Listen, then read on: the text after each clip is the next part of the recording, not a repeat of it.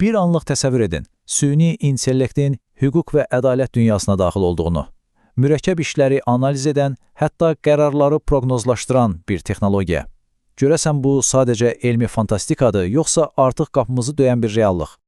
Bax, bugün məhz bu sualın cavabını axtaracağıq. Və inanın, bu sadəcə texnoloji bir maraq deyil. Bu, əslində hamımızın həyatına toxunan, ədalət anlayışımızın gələcəyi ilə bağlı fundamental bir məsələdir. Yəqin çoxumuz razılaşarıq ki, hüquq sistemi, məhkəmələr, bunlar bəzən əsl labirintə bənzəyir, elə deyilmi? Bax, süni intellekt kimi texnologiyalarda məhz bu problemi həll etməyə çalışır. Yəni, bu mürəkkəb sistemi bizim üçün, yəni sadə vətəndaşlar üçün daha sadə, daha anlaşıqlı və əlçatan etmək. Yaxşı, gəlin biraz daha dərinə gedək. Görəsən süni intellekt həqiqətən də bütün dünyada məhkəmə sistemlərində bir inqilab yarada bilər? Nəzəriyyədən praktikaya keçək, gəlin bu texnologiyanın artıq real həyatda bir ölkədə necə tətbiq olunduğuna konkret bir nümunə üzərindən baxaq.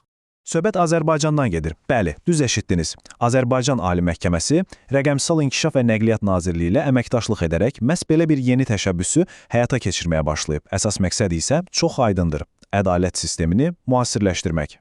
Bəs bu sistem sıradan bir vətəndaşa necə kömək edir? Gəlin addım-addım baxaq. Təsəvvür edin, sizin bir məhkəmə işiniz var. Sistem neynir? Birincisi, sizin işinizə bənzər minlərlə keçmiş məhkəmə işini analiz edir. İkincisi, bu analiz əsasında məhkəmənin bu tip mübahisələrə ümumiyyətlə necə yanaşdığını anlamağınıza kömək edir. Və nəticədə siz dərhal öz işinizin potensial gedişatı haqqında bir fikir əldə edirsiniz, hələ məhkəməyə getməmişdən əvvəl.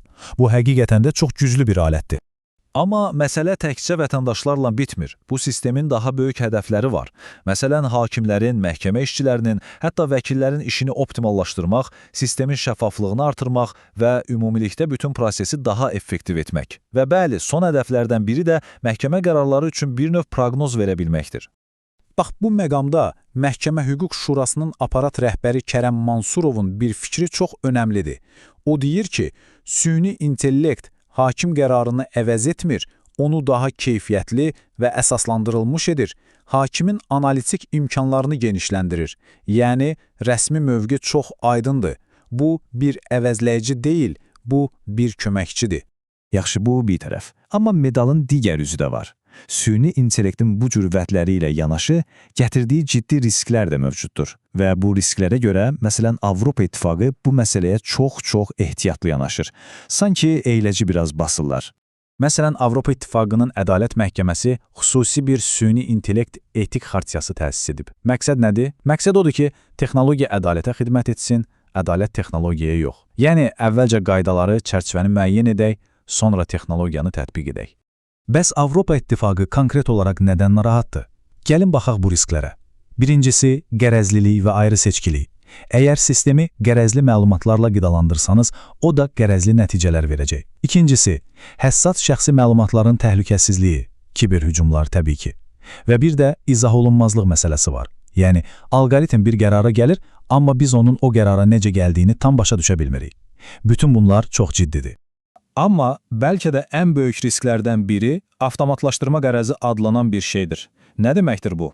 Bu, o deməkdir ki, biz texnologiyadan o qədər aslı vəziyyətə düşürük ki, onun verdiyi nəticələri sorğulamırıq. Və bu, hüququn inkişafını dondura bilər.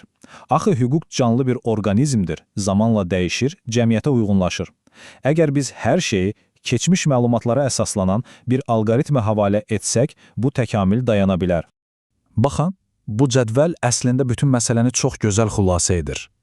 Bir tərəfdə Azərbaycanda gördüyümüz kimi böyük vədlər var. Səmərəlilik, əlçatanlıq, proqnozlaşdırma. Digər tərəfdə isə Avropa İttifaqının xəbərdar etdiyi təhlükələr.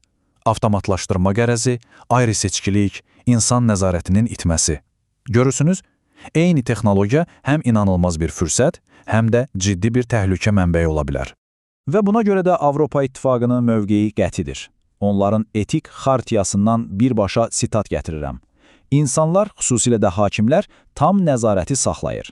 Süni intellekt sistemlərinə qərar vermə səlahiyyəti həvalə edilə bilməz. Yəni, stop deyirlər. Son söz hər zaman istisnasız olaraq insanın olmalıdır. Bütün bu müzakirələr bizi çox populyar bir yanlış təsəvvürə gətirib çıxarır. Robot hakimlər mövzusuna. Bu mifə aydınlıq gətirmək üçün Estoniya nümunəsi demək olar ki, mükəmməl bir real həyat örnəyidir. Gəlin bir şeyi bərbaşdan, qəti şəkildə deyək. Estoniya heç bir robot hakim hazırlamır. Bu, bir neçə il əvvəl yayılan və böyük səs-küyə səbəb olan bir xəbərdən sonra yaranmış şəhər əfsanəsidir. Reallıq isə tamamilə fərqlidir.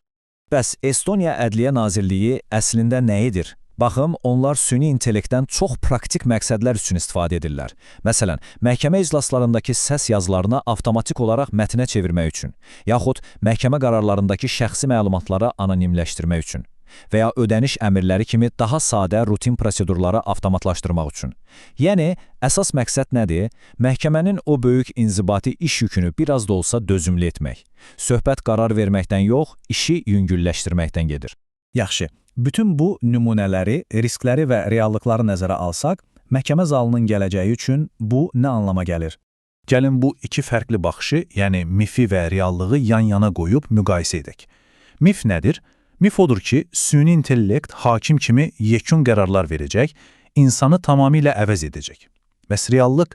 Reallıq odur ki, süni intellekt bir köməkçidir. O, insan üçün məlumatları təhlil edir, prosesləri sürətləndirir və nəticədə insanın bacarıqlarını daha da artırır. Beləliklə, demək olar ki, bütün ekspertlərin gəldiyi nəticə çox aydındır.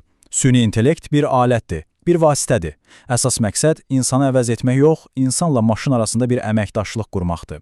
Təbii ki, bu əməkdaşlıq da güclü etik qaydalar və daimi insan nəzarəti altında olmalıdır. Və söhbətimizin əvvəlində adını çəkdiyimiz Kərəm Mansurovun bir fikri ilə yekunlaşdırmaq istəyirəm. O çox gözəl deyir, texnologiya dəyişir, amma ədalətin müəllifi dəyişmir. Bu düşünürəm ki, bütün məsələnin mahiyyətini ifadə edir. Amma bütün bunlara baxmayaraq, havada çox vacib bir sual qalır. Yaxşı, tutaq ki, bu ağıllı köməkçi bir səhv etdi və bu səhv ədalətsiz bir nəticəyə gətirib çıxardı. Belə bir vəziyyətdə əsl məsuliyyəti kim daşıyacaq? Alqoritmi yazan proqramçı, sistemi istifadə edən hakim, yoxsa sistemin özü? Bax bu, bizi gələcəkdə gözləyən ən böyük suallardan biridir.